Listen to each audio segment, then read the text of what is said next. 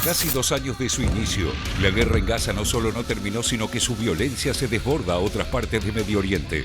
El 8 de septiembre, 2 palestinos armados abrieron fuego en una concurrida parada de colectivos en el cruce de Ramot, en las afueras de Jerusalén, asesinando a 6 personas e hiriendo a más de 20. Las brigadas Al-Qassam, el ala armada de Hamas, se atribuyeron la responsabilidad por el ataque. No es el primero de este tipo de atentados que tienen como blanco a civiles y soldados israelíes desde el inicio del conflicto. Un día después, Israel atacó el liderazgo de Hamas en Doha, la capital de Qatar, cuando estaban reunidos para debatir la propuesta de cese del fuego en Gaza presentada por los Estados Unidos. El ministro de Defensa israelí dijo que esta operación era la respuesta al tiroteo en Ramot del día anterior. Qatar, junto a Egipto y los Estados Unidos, están actuando como mediadores en las negociaciones indirectas entre Israel y Hamas para poner fin a la guerra, y los principales líderes de Hamas tienen oficinas en la capital catarí. Es la primera vez que Israel lanza un ataque contra territorio catarí, un estrecho aliado de los Estados Unidos. Doha condenó en durísimos términos el ataque como una violación de su soberanía. إن دولة قطر تدين بشدة هذا الاعتداء، فإنها تؤكد أنها لن تتهاون مع هذا السلوك الإسرائيلي المتهور والعبث المستمر بأمن الإقليم وأي عمل يستهدف أمنها وسيادتها. Del lado israelí, el primer ministro Benjamín Netanyahu dijo que él había ordenado el bombardeo y lo justificó sin ambigüedades. At noon today, I convened the heads of Israel's security organizations and authorized a surgical precision strike on the terrorist chiefs of Hamas. These are the same terrorist chiefs who planned, launched, and celebrated the horrific massacres of October 7th. La comunidad internacional, por su parte, condenó en forma mayoritaria la incursión israelí, con la Unión Europea a la cabeza. Y desde Estados Unidos, Donald Trump hizo saber su molestia con Netanyahu, revelando que advirtió a los cataríes de la operación cuando estaba en curso, indicando que Washington no fue informado de antemano por Tel Aviv. Unilaterally bombing inside Qatar, a sovereign nation and close ally of the United States that is working very hard and bravely taking risks with us to broker peace, does not advance Israel or America's goals. However, eliminating Hamas, who have profited off the misery of those living in Gaza, is a worthy goal. President Trump immediately directed Special Envoy Witkoff to inform the Qataris of the impending attack, which he did. The president views Qatar as a strong ally and friend of the United States and feels very badly about the location of this attack. President Trump wants all of the hostages in Gaza and the bodies of the dead released, and this war to end now. El objetivo del ataque israelí era eliminar a varios altos miembros del liderazgo de Hamas, entre ellos a Khalil al-Hayya, un destacado dirigente de Gaza y negociador principal, y a Khaled Mashal, actualmente a cargo de las relaciones internacionales del grupo. Según informó el canal catarí Al Jazeera, aunque se registraron 5 muertes, las principales figuras de la organización sobrevivieron al bombardeo. La decisión de Israel de atacar a Hamas en un tercer país que intenta mediar en el conflicto y el posterior anuncio de que podría volver a hacerlo en el futuro inmediato podrían constituir un golpe fatal contra los esfuerzos de Estados Unidos por lograr un alto el fuego que contempla la liberación de los rehenes israelíes aún cautivos en Gaza y el final de las hostilidades. I'll be giving a full statement tomorrow, but I would tell you this: I was very unhappy about it, very unhappy about every aspect, and we got to get the hostages back. But I was very unhappy about the way that went down. Trump está intentando, por lo tanto, un delicado equilibrio entre calmar la indignación de los cataríes que albergan la mayor base de los Estados Unidos en Medio Oriente, hacerles saber que Washington no tuvo nada que ver y evitar condenar a Israel sin dejar de expresar su disgusto por lo ocurrido. So the attack really does undermine U.S. credibility in the region, particularly in light of the fact that it was undertaken on Qatar, which hosts the largest military installation, U.S. military installation in the region. And so I think with this attack, many in the region are questioning how much they can rely on the United States for its security and how credible the United States is as an interlocutor, and in particular, how much is the U.S. actually able to restrain Israel.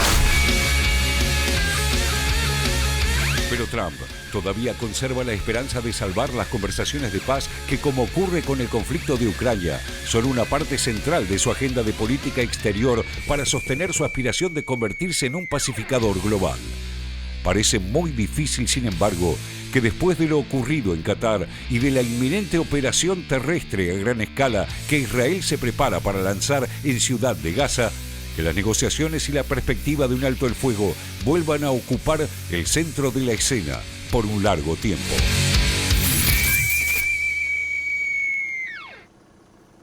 Félix Taylor, ¿cuál es la ficha de nuestro invitado? A ver. Nuestro próximo invitado es Kevin Ari Levin. Él es especialista en política de Medio Oriente, licenciado en Sociología por la Universidad de Buenos Aires, magíster en estudios de Medio Oriente, Sur de Asia y África por la Universidad de Columbia en los Estados Unidos, ex becario Fulbright, y además se desempeña como disertante y docente invitado en diversas instituciones educativas nacionales e internacionales.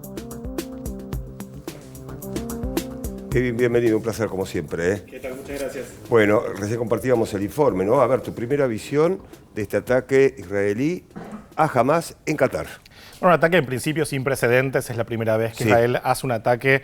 Ya hizo varios ataques en lo que va del año en países de la región, Líbano, Siria, obviamente Gaza, Cisjordania, Irán, Yemen. Pero jamás Qatar. Jamás Qatar, jamás un país árabe del Golfo, claro. Nunca un país con esta trascendencia y que además es un actor integral no solamente en lo que es la región, sino también específicamente en los esfuerzos de mediación. Claro. Desde el 2012, Qatar es sede de una delegación importante de dirigentes de Hamás, en parte por pedido de Estados Unidos, y ejerció frente a este conflicto un rol de mediador que también, por cierto, ejerció entre Estados Unidos y los talibán. De hecho, hubo 4 guerras que fueron detenidas gracias a la mediación qatarí. Estaba la expectativa, o está todavía de alguna forma, de que Qatar ejerciera ese mismo rol, pero ahora con un ataque en su territorio, lanzado desde el espacio aéreo internacional, Qatar parece intentar moverse de ese lugar, decir que las negociaciones por ahora están caídas, y esto genera enormes críticas al interior de Israel, donde la mayoría de la población quiere un acuerdo ahora para terminar la guerra, como también desde el exterior, incluyendo Estados Unidos. Estados Unidos apoyó una declaración del Consejo de Seguridad condenando el accionar israelí. En ese sentido, preguntarte por Estados Unidos, porque fue un Trump que, no estaba muy claro, había sido ambiguo ahí, si estaban, al menos sí dijo Israel, de hecho el propio Netanyahu dijo, lo hicimos nosotros, es nuestra responsabilidad. ¿Cómo analizás también ese ida y vuelta y sobre todo contemplando que se estaba tratando un cese al fuego propuesto por el propio Estados Unidos? Tal cual. De hecho, el presidente de Israel, no el primer ministro Netanyahu, el presidente Yitzhak Herzog, en una entrevista ayer en Inglaterra dijo, esto apuntaba a destrabar las negociaciones porque sabíamos que había personas en Qatar que estaban teniendo una actitud de rechazo a los términos que estábamos discutiendo. Entonces quisimos cambiar el equipo negociador. Esencialmente fue la explicación de Herzog frente a lo ocurrido. Esto en Estados Unidos parece no encontrar mucha simpatía, el hecho de que Israel, un aliado principal de Estados Unidos, que recibió ya miles de millones de dólares desde que empezó la guerra, está tomando estos ataques, y lo que dijeron de Estados Unidos fue: no recibimos la alerta necesaria como para indicarles a nuestros aliados clave en la región que había un ataque que se acercaba en Doha. Esto puede llegar a tener varias repercusiones. La pregunta es, ¿cuánto falta para que Netanyahu pierda el apoyo de Trump?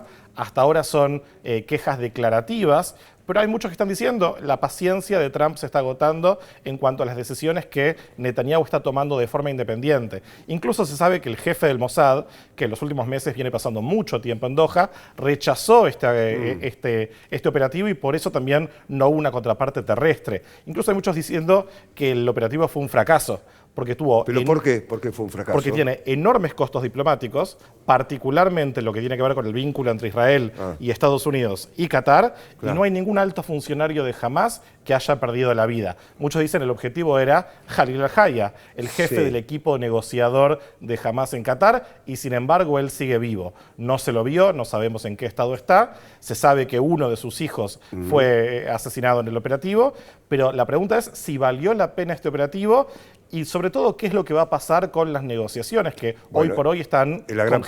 pregunta esa, ¿no? Sí, y por eso también los familiares de los rehenes, el principal grupo dentro de Israel de familiares de rehenes, condenaron este operativo diciendo este tipo de operaciones no acerca el fin Dilata de la todo. guerra.